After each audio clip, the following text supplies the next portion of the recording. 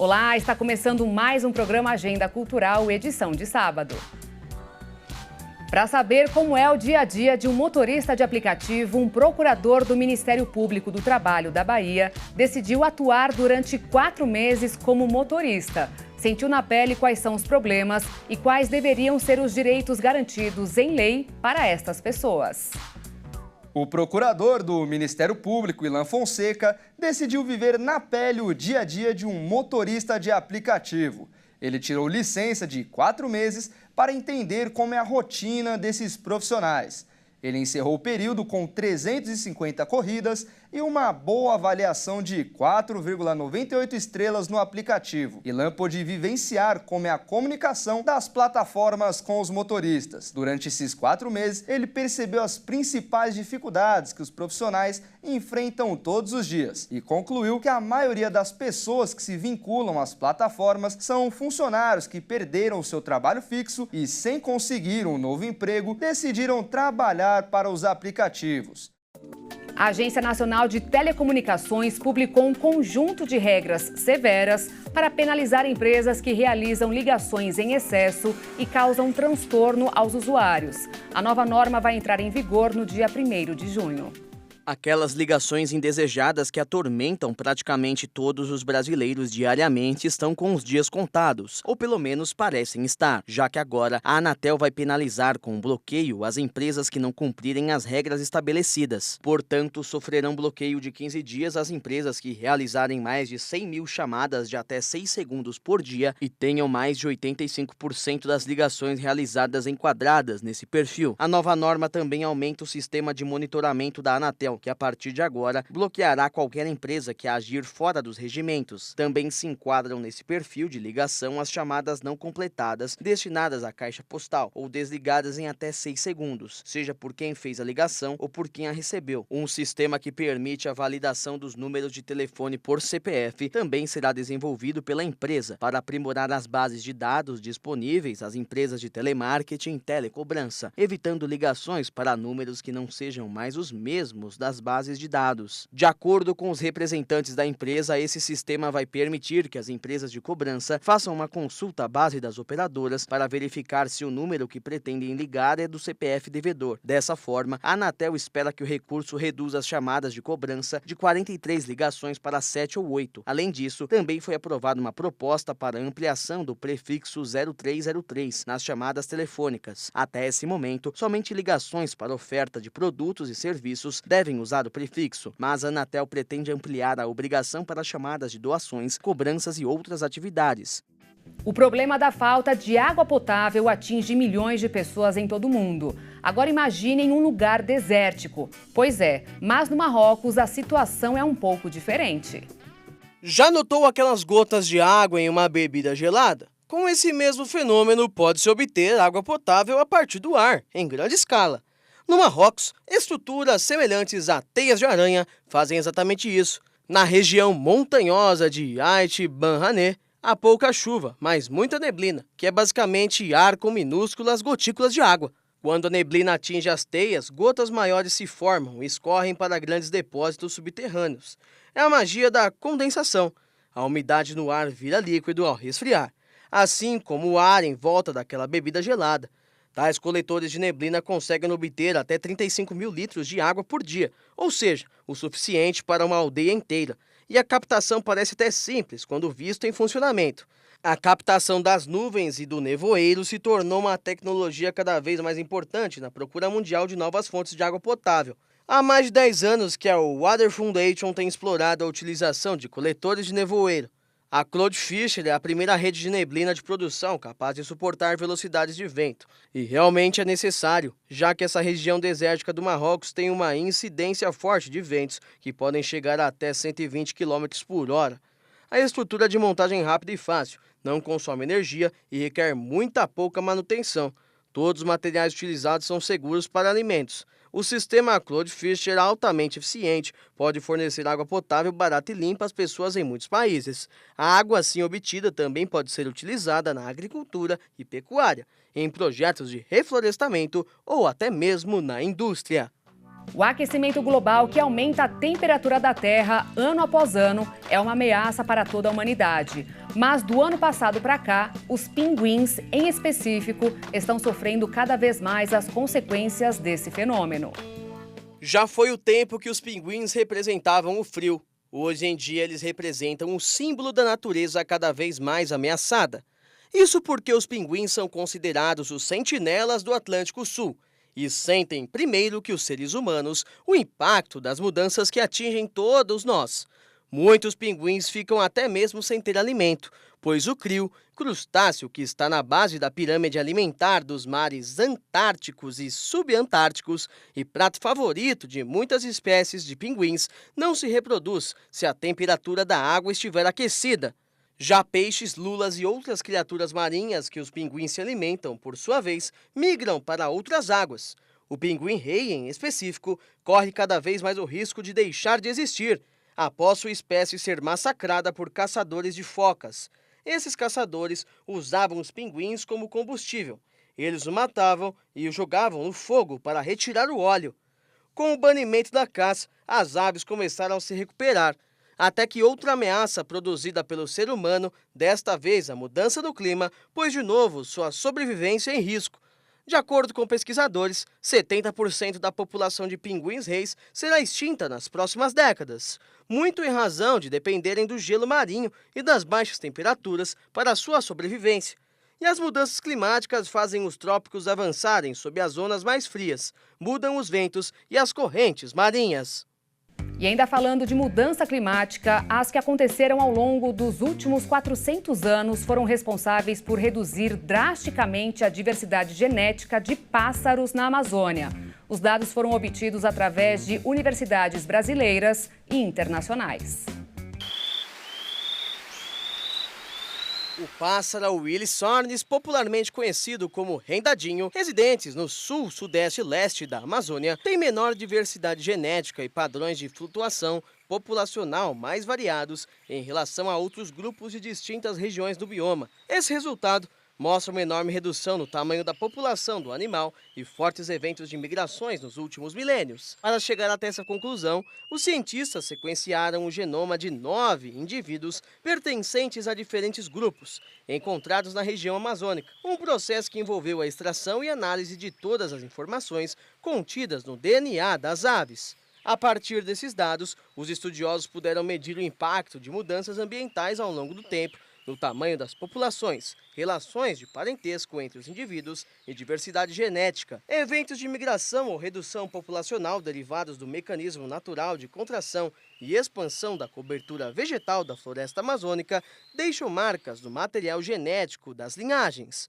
No caso do grupo estudado, as populações de Willisonnis foram capazes de resistir às contínuas perturbações climáticas, mesmo com baixa variabilidade. Os pesquisadores desejam descobrir se existem genes relacionados com essa maior resistência da espécie. Com esses dados, os cientistas concluíram que a floresta tropical no sul e no leste da Amazônia está atualmente próxima de seus limites climáticos e que um aquecimento global de 3 a 4 graus Celsius poderia representar uma nova mudança para um ambiente de vegetação aberta.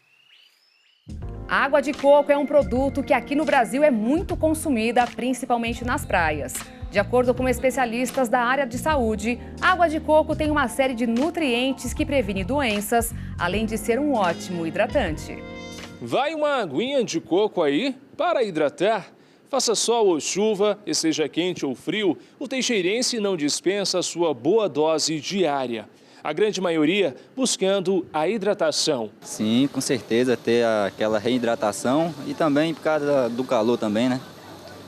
Um pouquinho de calor, aí é sempre bom a água de coco, sempre passar aqui, tomar 2 copos desse aqui para Dá uma animada. Para dar uma animada. A dona Gildete se sente bem melhor depois de tomar aquele bom copo de água de coco. Muito bom, demais da conta.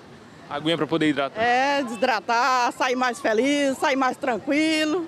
E não é à toa. Segundo especialistas, ao contrário do que muitos pensam, a água de coco não serve apenas para hidratar. O líquido é excelente para a pele, pois auxilia na desintoxicação do fígado e intestino, ajudando no controle da oleosidade do corpo, combatendo o envelhecimento precoce e contribuindo para o emagrecimento e ajudando a melhorar o funcionamento do intestino.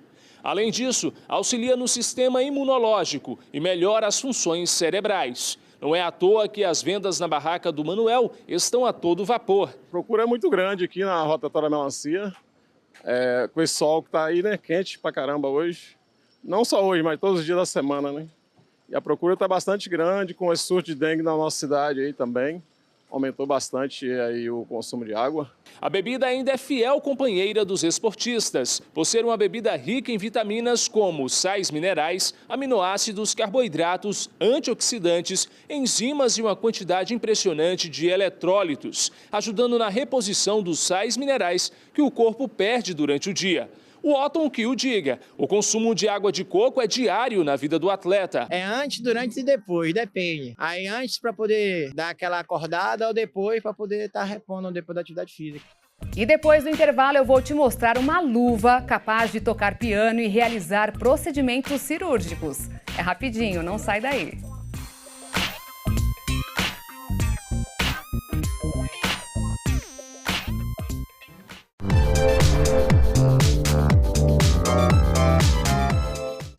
Estamos de volta. Além da dieta, a principal forma de emagrecer é realizando exercícios físicos. Mas muitas pessoas praticam de forma errada. De acordo com especialistas, a junção de duas práticas é essencial para reduzir alguns quilos na balança. Caminhar, correr, andar de bicicleta e nadar. Musculação, pilates e movimentos que usam o peso do corpo. De acordo com especialistas, esse é o segredo para o emagrecimento. Juntar exercícios aeróbicos com treinos de musculação. Essa forma de treino fortalece a musculatura e aumenta o gasto energético. Por isso é importante fazer essa combinação. Além disso, o treino combinado é sinônimo de perda de gordura e ganho de massa muscular. Muitas pessoas focam apenas em exercícios aeróbicos, que realmente queimam muitas calorias e podem ser vistas na balança. Mas quando a musculação não é realizada, também acontece redução da massa muscular. Vale destacar que os músculos têm diversas funções importantes, como garantir autonomia e qualidade de vida na velhice. Por esse motivo, não se pode abdicar dos treinos de força. A alimentação também tem um papel fundamental no processo de emagrecimento. Isso se deve ao fato de que, para emagrecer, é necessário criar um déficit calórico, ou seja, gastar mais energia do que se consome. Isso significa que, por mais que exista a prática regular de exercícios, é improvável que o gasto calórico supere o consumo energético proveniente da alimentação. Assim, é mais viável reduzir a ingestão diária em 500 calorias do que tentar queimar 500 calorias adicionais por meio do exercício. De qualquer forma, os especialistas afirmam que é fundamental combinar uma dieta equilibrada com uma rotina de exercícios quando se deseja emagrecer. Para isso, é importante realizar acompanhamento com uma nutricionista, pois dietas muito restritivas podem acarretar riscos à saúde mental e física, incluindo transtornos alimentares, distorções da imagem corporal e padrões alimentares disfuncionais. Você sabia que sujar as mãos com terra pode ser benéfico à saúde? Pois bem, cientistas explicam que essa ação pode beneficiar desde o seu humor até a sua microbiota. Especialistas já descobriram há muito tempo que um pouco de sujeira pode ser bom para você. Pesquisas sugerem que pessoas que crescem em fazendas, por exemplo, têm taxas mais baixas de doença de Crohn, asma e alergias, provavelmente devido à exposição a uma variedade diversificada de micróbios. Dessa forma, os especialistas descobriram que quando tocamos o solo ou estamos simplesmente ao ar livre, nós acabamos por respirar uma quantidade elevada de diversos micro-organismos. Um experimento recente na Finlândia descobriu que crianças que frequentavam creches urbanas onde havia um piso de floresta nativa plantado possuíam um sistema imunológico mais forte e uma microbiota mais saudável do que aquelas que frequentavam creches com pátios de cascalho. Mas é importante dizer que esse contato com a natureza não é bom apenas para as crianças. Adultos também podem se beneficiar da exposição a micróbios do solo. Atividades como mountain bike, acampamentos e caminhadas são jeitos fáceis de entrar em contato com o ecossistema microbiano diversificado. Além disso, uma outra atividade simples também pode ajudar. Estamos falando da jardinagem. Essa atividade sempre foi associada à redução da depressão, ansiedade e estresse e exige muito tempo trabalhando na terra. Ou seja, vá em frente, pegue um punhado de terra ou faça uma trilha lamacenta. Isso te ajudará a ser uma pessoa mais feliz. O conflito de gerações nas empresas pode gerar novas mudanças interessantes no mercado de trabalho. Quem faz parte da Z, por exemplo, nascidos entre 1996 e 2010, está começando a ingressar no meio corporativo. Uma estreia que não está sendo nada sutil. Se antes as gerações focavam no salário, a nova massa de trabalhadores buscam algo além, como a necessidade de atuar em algo que tenha propósito e a busca por um sentimento de pertencimento. Segundo os especialistas, os jovens querem trabalhar, mas precisam que as empresas mostrem sua importância na cadeia produtiva, com o pensamento e sentimento de orgulho em pertencer, não somente focado na remuneração. Essa colisão entre as gerações no mercado de trabalho já foi apontado em outros levantamentos. E lidar com empregados da geração Z foi descrito como um desafio para mais da metade dos empregadores devido às novas expectativas sobre o futuro por parte desses profissionais. Esse conflito geracional pode gerar mudanças importantes que constroem um ambiente de trabalho mais saudável e aumentam a percepção do que é qualidade de vida e produtividade. Majoritariamente, a geração Z se inseriu no mercado na pandemia. E para esses jovens, o propósito em um emprego é algo caro e, por isso, devem ser entendidos pelos seus líderes para criar espaços inclusivos e amenizar os desentendimentos, lidando com essa fase e construir novas verdades. O que não significa aceitar todas as bandeiras que estão sendo levantadas, mas ajudá-los a entender. Especialistas descrevem esse cenário como ressignificação do que é trabalho, que tem um significado diferente hoje do que para a geração dos seus pais. Uma das consequências dessa discrepância entre as expectativas das diferentes gerações nas empresas é o quiet ambition, fenômeno no qual os profissionais buscam mais o sucesso na vida pessoal do que a ascensão na estrutura dos negócios. Hoje o jovem olha para o seu líder e não o enxerga como um exemplo, e por isso se distancia dessa área que não diz respeito às suas ambições. Uma das lições desse embate para os executivos é entender o real motivador do trabalho, que não se restringe a fazer mais horas e chegar até mesmo a um burnout. Outra mudança interessante, apontada quando a geração Z é inserida nas empresas, é a presença de um olhar sem vícios e mais criativo. O entendimento do que é o público da nova geração busca também um diferencial, pois eles são os novos consumidores. Se você quer a empresa atualizada e viva, ela não pode envelhecer. E agora um dado preocupante sobre a segurança virtual no mundo todo. De janeiro a março, o sequestro de dados em empresas cresceram um pouco mais de 10%. De maneira mais precisa, o sequestro de dados em empresas cresceram 10,6% globalmente. Ao todo, foram 980 ataques conhecidos como ransomwares. Ou seja, o ransomware é um tipo de software malicioso que bloqueia os dados ou dispositivos de uma vítima, mantendo-os reféns. Os invasores ameaçam mantê-los bloqueados até que a vítima pague um resgate ao invasor.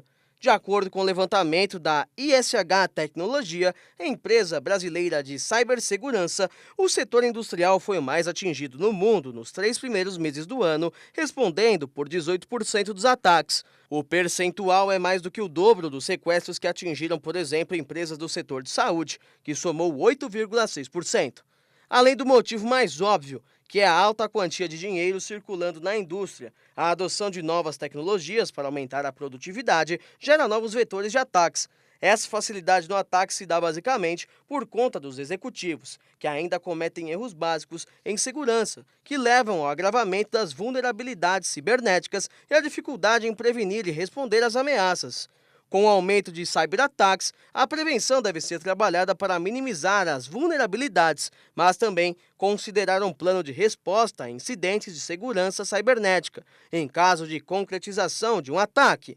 Essa estratégia faz parte da mitigação dos riscos e torna o processo de recuperação menos danoso em termos financeiros, legais e de reputação. Até o momento, as empresas fazem muito pouco para a sua própria segurança digital. E com o passar dos anos, essas práticas se tornarão ainda mais frequentes e cada vez mais fáceis, caso nada seja feito. O consumidor está acostumando com as máquinas automáticas de venda de salgadinhos, biscoitos ou bebidas. Mas a expansão não para em um mercado que no ano passado movimentou 19 bilhões de dólares no mundo. Por isso, não é para se espantar ao encontrar máquinas para comprar flores e até algodão doce.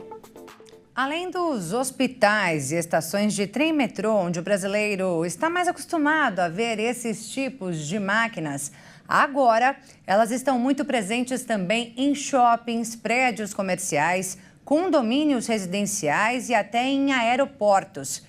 E os produtos são bem inusitados. Uma grande marca de flores, por exemplo, instalou no mês passado 2 máquinas para venda de rosas de longa duração no Aeroporto Internacional de São Paulo, em Guarulhos. E a ideia da rede é instalar mais 15 máquinas iguais até o final do ano, em lugares como hospitais e restaurantes. E hoje em dia tem máquina de tudo que se pode imaginar. Salgadinhos, bebidas, livros e até álbuns de figurinhas. E a novidade agora é esta máquina automática de algodão doce. A fabricante dela já instalou 14 máquinas em 4 estados: São Paulo, Goiás, Mato Grosso e Rio Grande do Sul. E assim como a maioria das máquinas, essa também tem sistema de franquia. Nesse caso, o franqueado paga um valor para ficar 5 anos com a máquina e mais uma taxa mensal para o uso da marca e também do suporte técnico. No mundo, o mercado de máquinas de vendas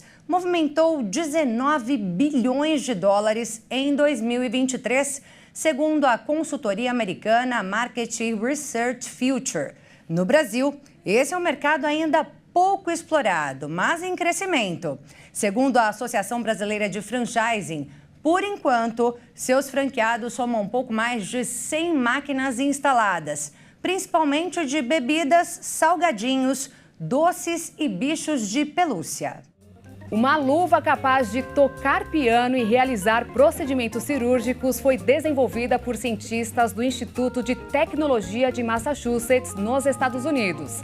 Ela consegue transferir, registrar e reproduzir interações conforme cada indivíduo que utiliza.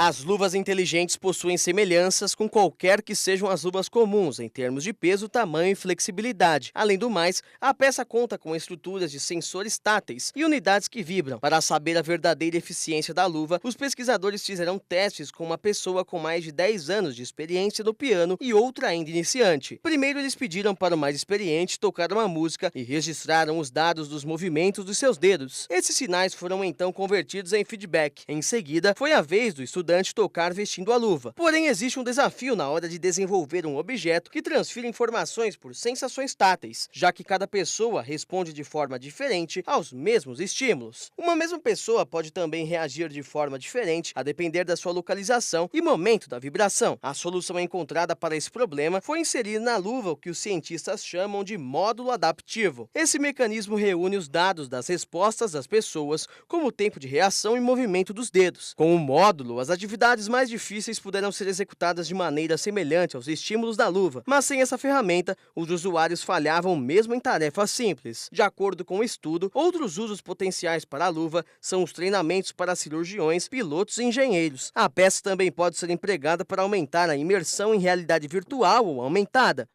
E o programa Agenda Cultural deste sábado fica por aqui. Obrigada pela sua companhia. Te desejo um excelente fim de semana. Amanhã, domingo, eu volto com mais novidades, curiosidades e informações para você. Tchau!